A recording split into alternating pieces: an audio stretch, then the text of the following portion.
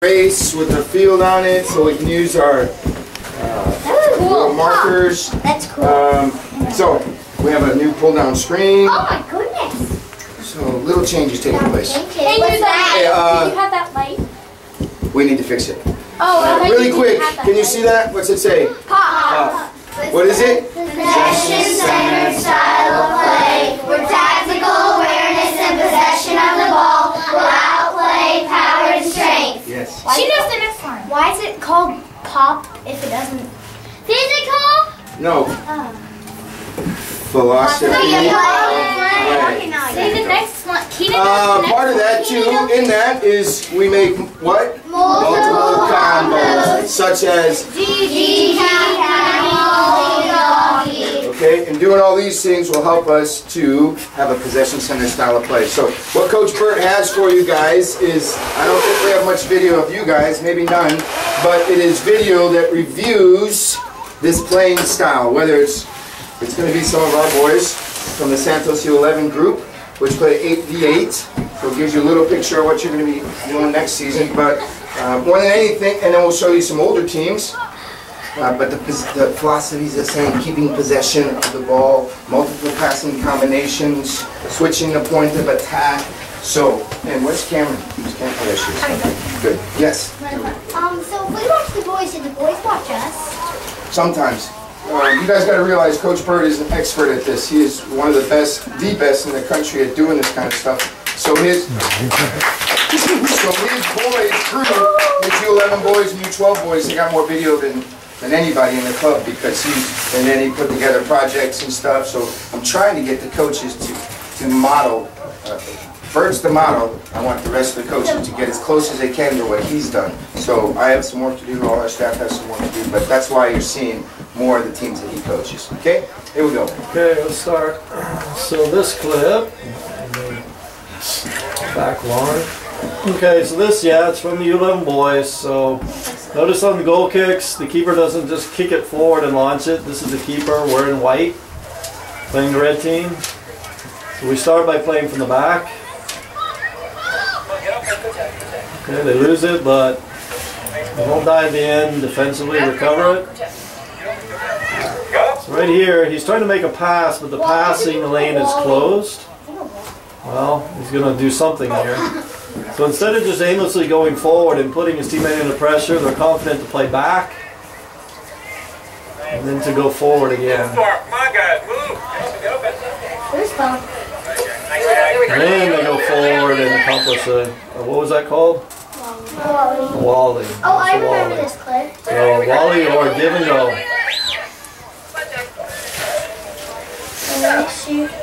And notice how this player gets his hip around the ball and pulls the ball back and tries to play it away from the keeper, not putting it into the fence. And then the attacking player goes across the keeper and almost have a chance on the ball. Skip forward to the throw-in. On the throw-ins, they don't just aimlessly launch it in the box. He waits, finds a moment to play his teammate. Teammate tries to play it back to get another player involved. It's a little too far, they lose possession. Okay, it happens.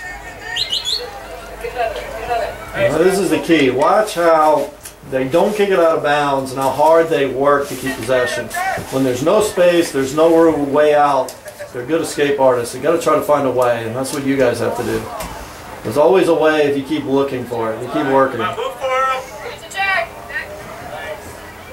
a little escape. Try to get out. Not going to kick it out. Not going to kick it out. No way. Finally a touch, and then they use the keeper, and then they use a holding midfielder, and then they play to attacking midfielder. Can you rewind that real quick? Big time sequence. It's big time, right? Look at the support player, like a Lindsay, coming behind the ball. Look, plays to the keeper, and look at this keeper. You can freeze it right there. Look, somebody's closing off this pass. Somebody's closing off the switch pass because they're expecting that. So he splits the defenders. This is the goalie right on his own goal line. Right? That's the kind of, these guys have so much confidence and skill and control and belief in each other that they played out. This is one of the best clips I've seen from all of our teams at any age group. And we can do that. You guys do that. You guys do that in futsal. You guys do that. The ball goes to the keeper. Jillian, they almost get it, and we play out of there. So we're going to get even better and better at it. Question. Oh, okay. So yeah, and that's the first game. That was their first game. So they're really excited about playing the way that Coach Mike, myself, and the staff wanted them to play. Okay, well, here's the girls. This is our Olympic developmental program. The state team. When you go and you try out, if you're selected, you make the state team. So this is Georgia playing North Carolina. Georgia's in blue. And the same type of clip. The goalkeeper doesn't kick it straight. She plays out of the back. Let's see how they get out of pressure. So from a left back, here to a center back, and then over to a right back. They switch it from the goal kick. Okay? And then this player comes to open up and support. Maybe a little bit too far, but now watch what the white team does when they get the ball and have an opportunity to play the goalkeeper. Do they play the keeper? No. They prefer dribble it out of bounds. Question? How old do you have to be to play on that team? About 12, 11 and a half, 12. The 2002s, if you're born 2002, then you can try out. That's the next group coming up. Make sure you guys. So what is that, 11 and a half, 12? Yeah, so you guys are coming next. Wait, if you're born in 2002, what? Then you can try out. Oh, I was born in 2003. I was born in 2000. So I think you guys should have another year. Some of you, 2002, then you can try out. Do 2002, then you can try out. Almost 2003. Oh, yeah. Try out. You guys may make it. No, December 1st. Okay, let's get refocused. All right, yeah, back to ODP. Glad you're thinking about your age.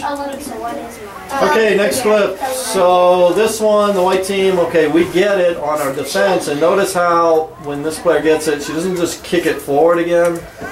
She's under pressure, so when we can't go forward, well, let's go back and rebuild. And then they go to what we call the holding midfielder, and then they switch it, and finally they get it wide. So all those passes under a lot of pressure. All right, next one. Now we have the boys again. Okay, so a goal kick. And sometimes the keeper can play it a little bit longer. So when you see how the red team is pressing up pretty high, and that will happen when you play from the back. The other team's going to come closer and closer to your goal. So instead of playing the short pass, the keeper says, okay, I'll play the bigger diagonal ball and spot on right to the forward. So what kind of skill sets does the keeper have to have? Passing. Good with what? Hands or? And feet. Almost better with the feet than the hands. It's got to be good with your feet to play from the back to play our philosophy. Okay, next clip. Here's the girls again. Again, notice how the keeper is very comfortable with her feet. It's part of the job description of being an ODP player now. Keepers must be good with their feet. And you see how she has a little deception now? Like, okay, I'm going to launch it, I'm going to launch it, I'm going to launch it. Oh, I'm not going to launch it. I'm going to come across and play my left back. And very calm, very composed. Oh, didn't swing. Oh, maybe. Oh, okay, we'll go the other way. And then finally, the ball, it breaks down in the end. And notice how they don't play their keeper. So you could easily play the keeper and get out, but finally play the keeper, and the keeper just kicks it. Who wins this game? I think Georgia won 5-2. Okay, next clip. Now, talk about that big diagonal ball. So when you watch U.S. Women, I've got some clips of them, or you're watching the World Cup, which you guys have to watch. You have to watch the game. It's not good enough just to practice. This is a World Cup game, under 20 World Cup. Watch how this keeper does the same thing as our keeper. His name's Mitchell. So he realizes, well, there's a Brazilian guy pretty close. There's another guy over here. So I'll go ahead and play that bigger diagonal ball. Exact same thing. Question. Well, if you watch like other teams, why do they launch it? Like just launch it in the. It's a good question. Why do other teams just launch it? Why do other teams you play, like Cobb or Smyrna or whatever? Why do they just launch it? Their coach wants to, and their coach wants them to too. There you go. Their coach wants them to, and or I think their coach maybe hasn't educated them. If you don't have education, you're really not going to play good soccer. If you don't have education, you're not going to be very good at spelling and writing and math and reading. So we have education. That's why we play possession soccer. It's all about learning. So we encourage you guys to learn the game versus just go out and kick the ball and make everyone happy. Okay, there's another one. This one is about a center back, okay, playing across his own back. A little bit too far, but we don't mind the center back playing across to a right back. And now notice the defending, okay, gets beat. He gets named. But look at the player covering for him right away. Here's a player covering, and here's another player right there. Yeah, see you later, no problem. And now, 3 players on him. What do you think this guy's going to do? This is Cut back. okay, cut back. Let's see. Oh, there's the cut back. Does have the keeper as an option. And there we go to a forward. And notice how the forward was wide. So the forward was thinking and reading what the center back was doing, as well as the right back and the goalkeeper. So the goalkeeper here, the holding midfielder is going up. And look at the forward making eye contact with the center back. So he knows he's part of the sequence. Without education, the forward just stands there somewhere on the field and says, I don't know, the center back has it, what do you want me to do? So that's part of education. And perfect ball, huh? It doesn't get much better than that. And now head up, right? Eye contact. Eye contact. Okay. And what a nice pass, right in there. And he follows to get it back again. Here comes the big. Okay, cuts it. Maybe could have gone the other way, but when we lose it, what do they do? Get it. Back. Right away. And notice how he gets his hip around this ball. This is a really important part of crossing. All the way around the ball so it doesn't go into the trees. Okay. Alright, next one. Girls again, throw-ins. No more aimless down the line, launch it, throw-in. Our philosophy is keep possession on throw-ins. Throwing it back to go forward again. So back to a center back, boom, over to a right back gets it into a midfielder. It's a little bit tight, but they still manage to get it in there. And little 1-2, so finally it breaks down. What does the other team do when they get it? Kick it again. Just kick it. They easily use the keeper, easily try to build out of it, but it's just a kind of a kick ball out of bounds. Question? Why do you always tell us what the other team does? Because in order to understand how you play, you need to know how the other team plays. There's 2 sides to a philosophy. If you play good soccer with a philosophy and you don't understand why, then you're really just doing it because we tell you. But if you see the other team play, and you see maybe how they don't have a very good philosophy, then you understand why you're playing that way. That's important. Part of what? Philosophy. And starts with an E. Education. Part of education. All right, here's another one from the boys. Notice how the black team, which is not our team, it's the other team, they just punt it. Just a launch ball, aimless launch ball. And what do? Get it. Put it on the ground and play from the back.